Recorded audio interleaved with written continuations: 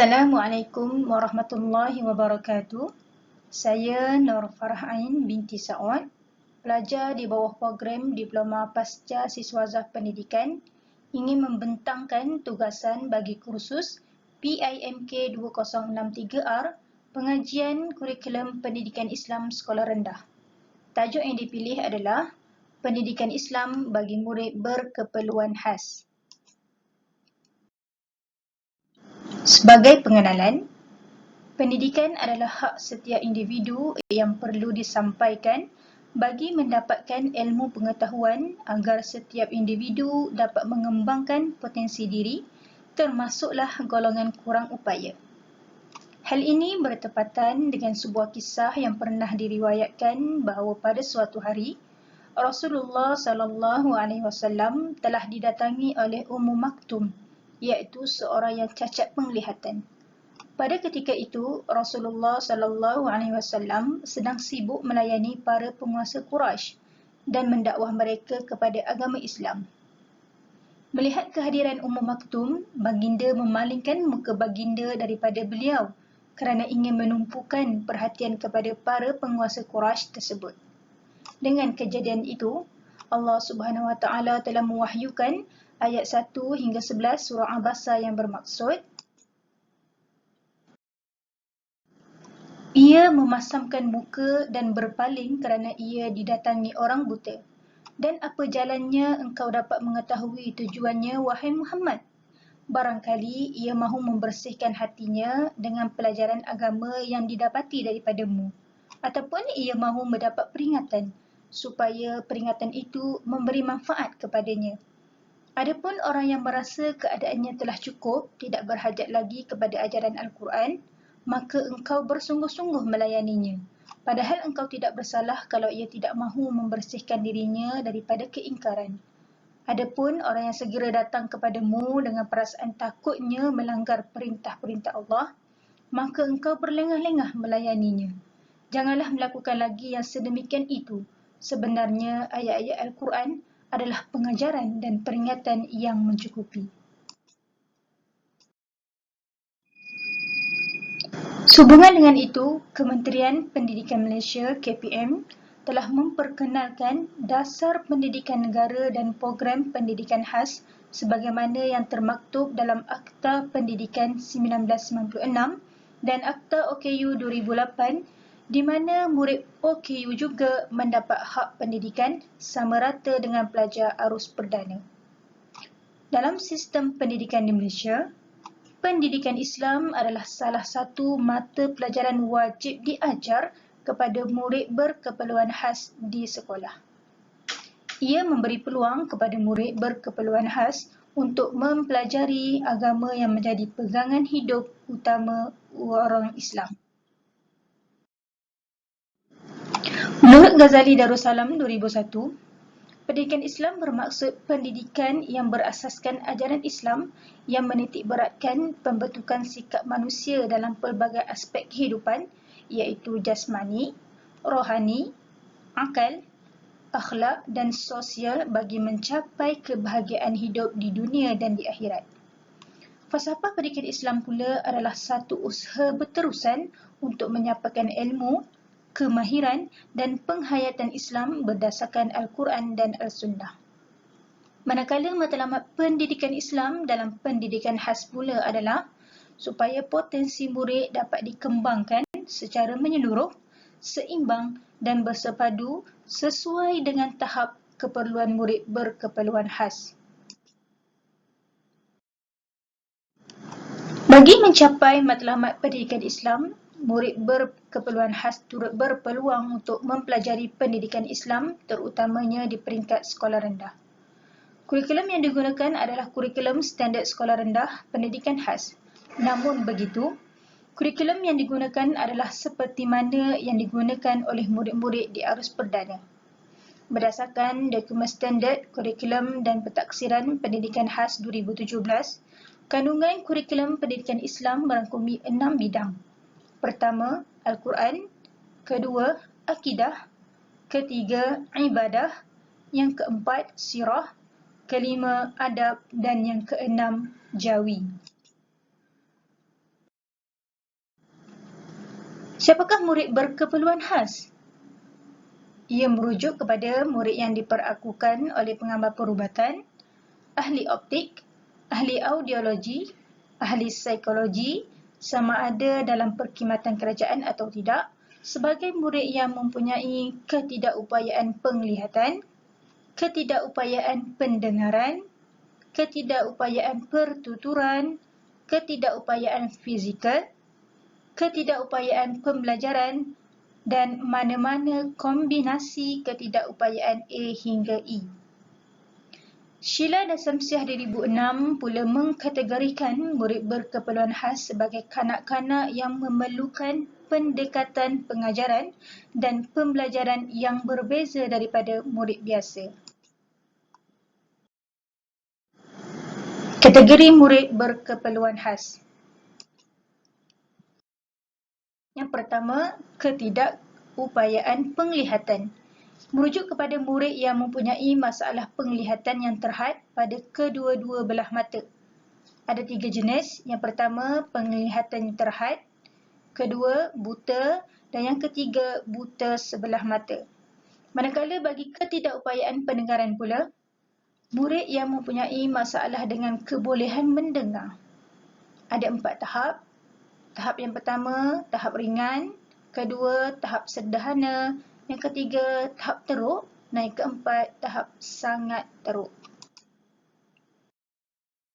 Bagi ketidakupayaan pertuturan pula, ada 4 jenis masalah bahasa dan pertuturan. Yang pertama, masalah sebutan. Kedua, gagap. Yang ketiga, masalah suara. Dan yang keempat, masalah bahasa.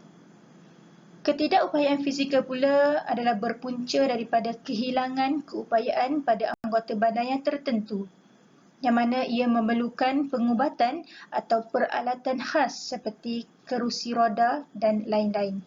Contoh kecacatan adalah cerebral palsy. Ketidakupayaan pembelajaran pula merujuk kepada kecelaruan yang berkaitan dengan fungsi neurologi yang mempengaruhi pemikiran. Contohnya autism, sindrom Down, disleksia, ADHD. Dan ketidakupayaan pelbagai pula merujuk kepada gabungan 2 atau lebih ketidakupayaan. Justru itu, pendekatan PDP bagi murid berkeperluan khas ini, guru boleh menggunakan pendekatan komunikasi seluruh yang merangkumi komponen bahasa lisan, mimik muka, gerak badan, isyarat tangan, gerak bibir dan clue visual yang berbentuk gambar atau lukisan, yang mana seluruh komponen ini digunakan secara serentak apabila berkomunikasi dengan murid. Isu dan cabaran pelaksanaan pendidikan Islam kepada murid berkeperluan khas. Isu-isu yang wujud dalam pengajaran pendidikan Islam di sekolah terdiri pada aspek kelayakan akademik, yang mana guru pendidikan Islam tiada kelayakan ikhtisas perguruan dalam bidang pendidikan khas untuk mengajar murid berkeperluan khas. Kebanyakan guru yang mengajar pendidikan Islam bukan option pendidikan khas. Kedua, tiada kemahiran atau strategi pengajaran yang berkesan dalam mengajar murid berkeperluan khas. Ini berlaku apabila latihan perguruan di Institut Pendidikan Guru yang mana telah mengasingkan di antara pendidikan Islam dengan pendidikan khas. Guru pendidikan Islam hanya mengikuti latihan perguruan untuk bidang pendidikan Islam dan tidak diberi pendedahan terhadap bidang pendidikan khas. Dan hal ini akan menyebabkan guru pendidikan Islam tidak mempunyai kemahiran pedagogi yang berkesan untuk mengajar murid berkeperluan khas. Isu seterusnya ialah lemah dalam penggunaan bahasa isyarat menyebabkan kesukaran untuk berkomunikasi dengan murid berkeperluan khas. Hal ini secara tidak langsung akan menyebabkan penerangan yang diberikan untuk tajuk-tajuk dalam pendidikan Islam tidak jelas.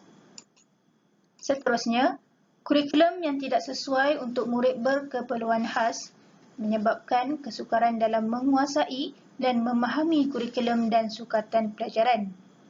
Dalam hal ini, guru tidak mengikut sepenuhnya sukatan dalam kurikulum dan terpaksa membuat pengubahsuaian sukatan pelajaran mengikut kesesuaian dan tahap kemampuan murid. Isu seterusnya adalah kekangan masa yang sangat terhad. Akibat kekangan masa, guru tidak dapat memberikan tumpuan sepenuhnya untuk mengajar Al-Quran. Sebaliknya, guru lebih memfokuskan untuk menghabiskan sukatan pelajaran bagi menghadapi peperiksaan. Hal ini kerana Al-Quran tidak diuji dalam sistem peperiksaan. Seterusnya, kelemahan dalam penguasaan kod Al-Quran Braille, di mana guru-guru tidak diberi pendedahan semasa mengikuti latihan perguruan mengenai kemahiran menguasai Al-Quran Braille. Kedua, tiada panduan khusus berkaitan modul pengajaran Al-Quran Braille yang boleh dijadikan rujukan untuk guru dan juga pelajar. Dan yang ketiga, kekurangan kursus atau bengkel kemahiran Al-Quran Braille dan menyebabkan guru terpaksa belajar sendiri. Isu seterusnya adalah murid berkeperluan khas itu sendiri kurang minat akibat ketidakkefahaman terhadap subjek pendidikan Islam, khususnya melibatkan topik akidah kerana sukar memahami konsep yang abstrak. Dan akhir sekali, ibu bapa kurang kesedaran terhadap kepentingan pembelajaran pendidikan Islam kepada anak-anak yang bermasalah. Mereka beranggapan anak mereka tidak berkewajipan dan tidak perlu untuk mempelajarinya. Di antara usaha ataupun cadangan penambahbaikan adalah: yang pertama, pihak bertanggungjawab perlu memastikan guru pendidikan Islam mempunyai kelayakan dan kemahiran yang tinggi dalam pedagogi dalam mengajar murid berkeperluan khas. Yang kedua, pihak berwajib perlu meneliti semula kurikulum pendidikan Islam yang digunakan oleh murid berkeperluan khas supaya mengikut tahap keupayaan mereka yang berbeza. Dan yang ketiga, membuat penambahan waktu pendidikan Islam dalam jadual pembelajaran, khususnya pembelajaran Al-Quran. Yang keempat, memperbanyakkan kursus dan latihan secara berkala dalam meningkatkan kemahiran guru pendidikan Islam menguasai sistem tulisan Al-Quran Braille. Yang kelima, kerjasama pihak berwajib dan NGO dalam menyediakan bahan rujukan tambahan kepada guru dan pelajar dalam proses pembelajaran Al-Quran. Yang keenam, pihak media boleh mewujudkan saluran ataupun rancangan khas di televisyen mengenai kaedah pembelajaran Al-Quran kepada golongan orang kurang upaya. Dan akhir sekali, ibu bapa perlu memberi galakan dan sokongan padu kepada anak-anak untuk mempelajari ilmu agama. Bismillahirrahmanirrahim. Walaula kalimatun sabaqat min rabbika lakana lizaman wa ajalun musamma.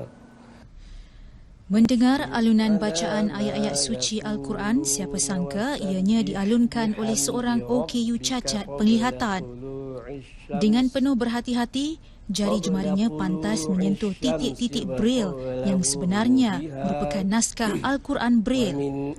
Muhammad Lee Abdullah merupakan seorang OKU penglihatan yang juga merupakan orang terawal menukarkan kod aksara papan kekunci komputer pada kod Braille menggunakan perisian terjemahan Duxbury Braille. Kesungguhan mereka ini menggambarkan bahawa golongan OKU tidak terpinggir dalam menunaikan tanggungjawab untuk beramal dan beribadat. Unit Penerbitan Persatuan Orang-Orang Cacat Penglihatan Islam Malaysia atau ringkasnya PERTIS merupakan pihak yang bertanggungjawab dalam penerbitan Al-Quran Braille sejak dari tahun 1997. Selain itu, Pertis juga turut menerbitkan bahan bacaan keagamaan juga ilmiah untuk membantu OKU penglihatan menimba ilmu.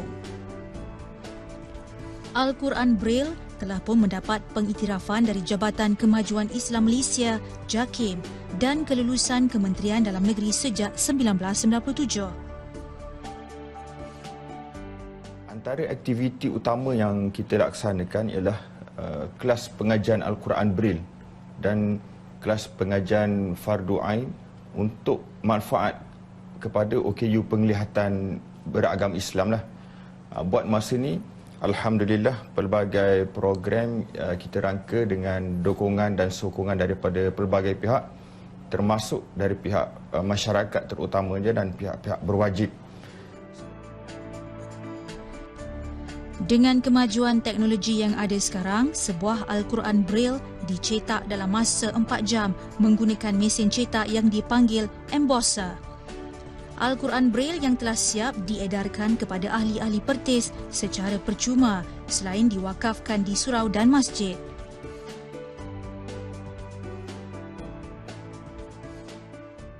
Selain itu, kita juga memang ada menyediakan kemudahan iaitu pemberian Al-Quran Braille dan tafsir pimpinan Ar-Rahman Braille secara percuma kepada OKU penglihatan yang ada mengikut kadar kemampuan kita lah. Dalam kadar kemampuan kita walaupun terbatas, tapi kita berusaha untuk menyediakan 2 set Al-Quran, iaitu satu set Al-Quran Braille dan tafsir pimpinan Ar-Rahman.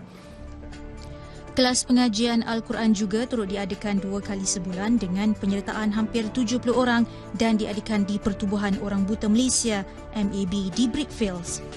Dalam usaha untuk memajukan lagi pendidikan OKU, satu inovasi baru telah dibangunkan dengan kerjasama Universiti Teknologi Malaysia iaitu eBraille.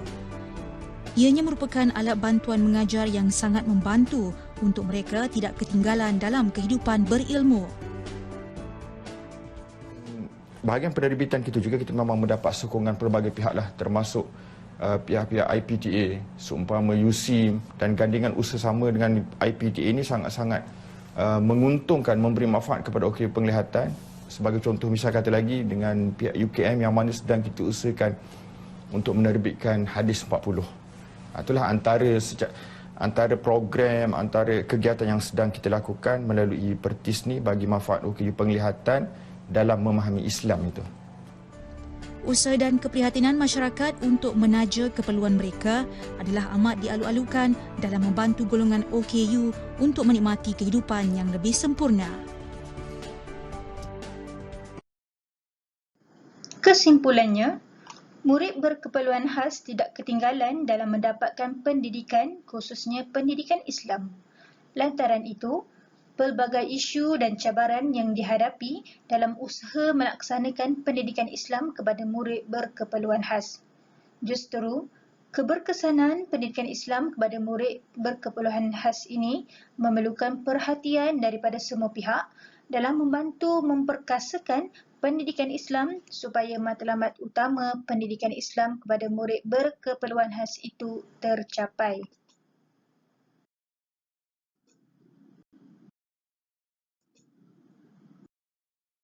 Sekian daripada saya. Terima kasih.